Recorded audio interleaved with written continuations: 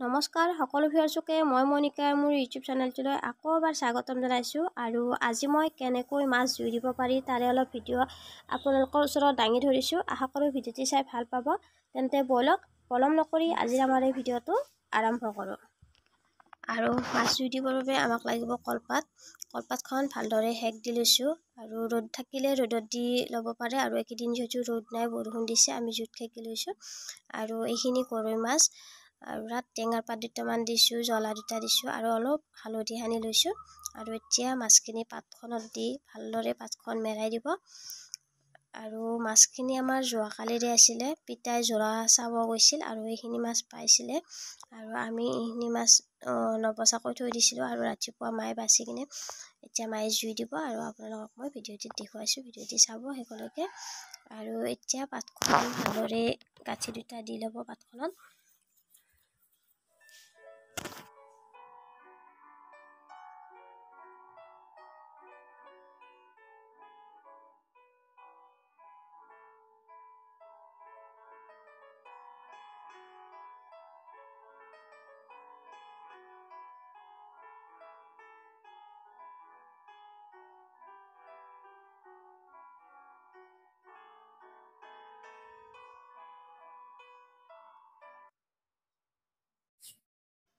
তাৰপিছত আমাক লাগিব খেৰ আৰু খেৰৰ মাজত মাছৰ টোপোলাটো সুমুৱাই দিছে আৰু এনেদৰে ভালদৰে খেৰখিনি মেৰিয়াই দিব আৰু তাৰপিছত দুটা গাঁঠি দিব আৰু কলথুৰাই লৈছোঁ, কলথুৰাই ব্যৱহাৰ কৰিছোঁ।